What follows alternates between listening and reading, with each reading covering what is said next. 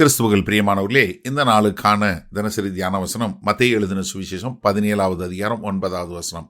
மத்தேயு 17:9, மேத்யூ 17:9. அவர்கள் மலையிலிருந்து இறங்குகிற போது இயேசு அவர்களை நோக்கி, மனுஷகுமாரன் மரித்தோரிலிருந்து எழுந்திருக்கும் வரைக்கும் இந்த தரிசனத்தை ஒருவருக்கும் சொல்ல வேண்டாம் என்று கட்டளையிட்டார். இப்போ மலையிலிருந்து கீழே இறங்கி வர்றாங்க. இப்போ மலையிலிருந்து கீழே இறங்கி வரும்போது என்னன்னா, இந்த மலை உன்னத மலை அனுபவம் இருந்துக்கு இல்லையா, இந்த உயர்ந்த மலை அனுபவம் என்னன்னா, அது நிரந்தரம் அல்ல என்பதை காட்டுவதற்காக தான். ஏன்னா மலை மேலே இருந்த நீங்கள் பள்ளத்தாக்குக்கு வர வேண்டும். ஏன்னா பள்ளத்தாக்கு என்ன, ஊழியத்தில் பாடுகள், போராட்டம், நிந்தை எல்லாம் உண்டு என்பதை காட்டும் விதமாக என்ன சொல்கிறாரு, நீ உனக்கு ஒரு பெரிய உன்னதமான வெளிப்பாடு உண்டாச்சு, ஆனால் அது என்ன பண்ணணும், அது உன்னைய சரியான கடமையில் கொண்டு போய் சேர்க்கணும்னு என்ன சொல்கிறாரு ஆண்டவர். என்ன பண்ணுறாரு, இதை நீ யாருக்கும் இப்போ சொல்லாதீங்க. ஏன்னா பிரசங்கியினுடைய புஸ்தகம் 3வது அதிகாரம் 7வது வசனம் என்ன சொல்லுது, கிழிக்க ஒரு காலம் உண்டு, தைக்க ஒரு காலம் உண்டு, மௌனமாயிருக்க ஒரு காலம் உண்டு, பேச ஒரு காலம் உண்டு. இப்போ ஆண்டவர் என்ன சொல்றாரு, இதை நீங்க இப்ப இல்லை, எது வரைக்கும், நான் மரித்தோரிலிருந்து எழுந்திருக்கும் வரைக்கும். அப்போ முதலாவது என்ன, மத்தேயு 16வது அதிகாரத்தில் என்ன சொன்னாரு, நான் போய் வேத பாரகர்களாலும் மூப்பராலும் பிரதான ஆசாரியராலும் கொலை செய்யப்படுவேன், 3ஆம் நாள் உயிர் தழுவேன்னு சொன்னார் இல்லையா. இப்போ மறுபடியும் அவங்களுக்கு அது புரியலை, இருந்தாலும் இப்போ மறுபடியும் உயிரோட எழும்பி வருவேன் என்று சொல்லக்கூடிய காரியத்தை சொல்லி என்ன சொல்றாரு, நான் உயிரோட திரும்பி வர்ற வரைக்கும் நீங்கள் யாருக்கிட்டையும் சொல்லாதீங்க. ஏன்னா அதுக்கு ஒரு காலம் இருக்குது. என்ன, அந்த காலம் முடிகிற வரைக்கும் நீங்கள் என்ன பண்ணாதீங்க, நீங்கள் யாருக்கிட்டையும் சொல்லாதீங்க என்று சொல்லக்கூடிய ஒரு காரியத்தை சொல்கிறாரு. மார்க் 8வது அதிகாரத்தில் பார்த்தீங்கன்னா அவர் என்ன சொல்கிறாரு, இப்போ யாருன்னு கேட்குறாரு. அப்போ பேதுரு பிரதித்திரமாக என்ன சொல்கிறாரு, நீர் தான் கிறிஸ்துன்னு. அப்போ 30வது வசனம் சொல்லும் என்ன சொல்கிறாரு, அப்பொழுது தம்மை குறித்து ஒருவருக்கும் சொல்லாதபடிக்கு அவர்களுக்கு உறுதியாக கட்டளையிட்டார்.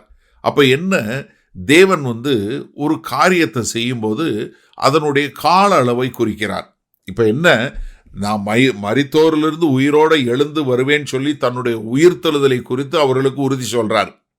அது மாத்திரமல்ல, இந்த ரகசியம், இந்த டிவைன் ரகசியம், டிவைன் சீக்ரசி என்று சொல்லக்கூடிய இந்த தேவனுடைய வெளிப்பாடு என்ன, நான் மறுபடியும் உயிரோடு எழுந்து வரும் வரைக்கும் நீங்கள் வெளியே சொல்லக்கூடாது என்று சொல்லக்கூடிய ஒரு காரியத்தை இங்கே தேவன் அழகாக சொல்லி கொடுக்கக்கூடிய காரியம். ஏன்னா எல்லாத்துக்கும் ஒரு கால அளவு இருக்குது. அதனால அதர் மட்டும் நீங்கள் இதை சொல்லாதீங்க. ஏன்னா அவர் செய்ய வேண்டியது, அவர் பாடுபட வேண்டியது என்பது முன்னாலே தீர்மானிக்கப்பட்டது. அதன்படி கர்த்தராகிய இயேசு கிறிஸ்து மரணம் அடைவதற்காக எருசலேம் நோக்கி போய் கொண்டிருக்கிறார். அதனால சீஷர்களுக்கு நான் மறுபடியும் வருவேன் என்கிற ஒரு உறுதி கொடுக்கும் விதமாக இதை சொல்லுகிறார். சரி, இந்த நாளில் இந்த வசனத்தை நம்ம எப்படி எடுத்துக்கொள்வது? 2 காரியங்க ரொம்ப தெளிவாக தெரிஞ்சுக்கொள்ளுங்க.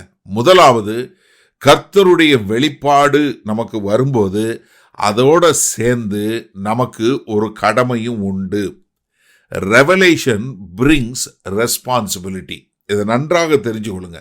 கர்த்தருடைய வெளிப்பாடு உங்களுக்கு வருது, கர்த்தர் தன்னுடைய வார்த்தையை உங்களுக்கு விளக்கி கொடுக்கிறார். இது என்ன, இந்த வசனத்தை நீங்கள் புரிந்து கொள்ளும் விதமாக உங்களுக்கு சொல்லி கொடுக்கிறார்னா அதை நீங்கள் மற்றவர்களுக்கு போதிக்க, அதன்படி வாழ உங்களுக்கு ஒரு கடமை உண்டு என்பதை மறந்து விடவே கூடாது. ஏன்னா இங்கே என்ன சொல்கிறாரு, நீங்கள் உயர்ந்த மலை அனுபவத்தில் இருந்தீங்க, அது உண்மை. கர்த்தர் யார் என்பதை அறிந்து கொண்டீங்க, தேவனுடைய சத்தம் கேட்டுச்சு, அதெல்லாம் உண்மை. ஆனால் என்ன, மலையை விட்டு கீழே இறங்கி பள்ளத்தாக்குகளில் நடக்க வேண்டிய ஒரு அவசியம் உண்டு.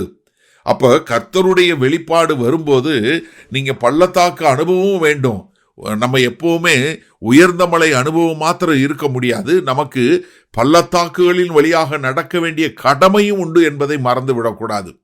அதே சமயத்தில் நம்ம என்ன புரிஞ்சுக்கொள்ளணும், எல்லாத்துக்குமே கர்த்தர் ஒரு கால அளவு வைத்திருக்கிறார் என்பதை புரிந்து கொள்ளணும். ஒரு மனுஷனை உயர்த்துவதற்கு, ஒரு காரியத்தை செய்வதற்கு என்ன ஒரு டிவைன் டைம்னு ஒரு டைம் இருக்குது, தெய்வீக நேரம் என்ற ஒரு நேரம் இருக்கிறது.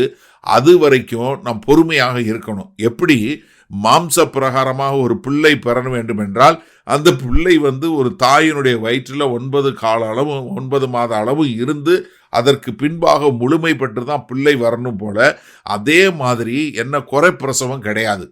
எனக்கு அருமையானவர்களே, கர்த்தருடைய நேரத்தை நாம் நம்பக்கூடிய மக்களாய் இருக்க வேண்டும். எப்படி ஒரு வெளிப்பாடு உங்களுக்கு கடமை உணர்வு கொடுக்குதோ, அதே மாதிரி கர்த்தருடைய கால அளவையும் நாம் அறிந்தவர்களாய் புரிந்தவர்களாய் வாழ கற்றுக்கொள்ள வேண்டும். மகா கிருபையும் இரக்கம் நிறைந்த எங்கள் அன்பின் தகப்பனே, இதோ இந்த அருமையான நல்ல நாளுக்காய் நன்றி. ஆம் தகப்பனே, இதோ இந்த உயர்ந்த மலை அனுபவம் எங்களுக்கு மிகப்பெரிய வெளிப்பாடை கொடுக்கிறது. அந்த வெளிப்பாடு ஆமாண்டவரே, பள்ளத்தாக்கில் நடந்து உம்முடைய திட்டங்களையும் உம்முடைய தரிசனங்களை நிறைவேற்றக்கூடிய ஒரு பாடுகளை அனுபவிக்கக்கூடிய ஒரு காலத்தையும் கொடுக்கிறது என்பதை உணர்ந்து அந்த கடமையை சரியாய் செய்ய எங்களை ஒப்புக் கொடுக்கிறோம். மீட்பெரும் இரட்சகருமாகிய இயேசு கிறிஸ்துவின் மூலம் பிதாவே, ஆமேன். கர்த்தர் உங்களை ஆசீர்வதிப்பாராக. நாம் இன்று மாலை மண்ணால சந்திப்போம்.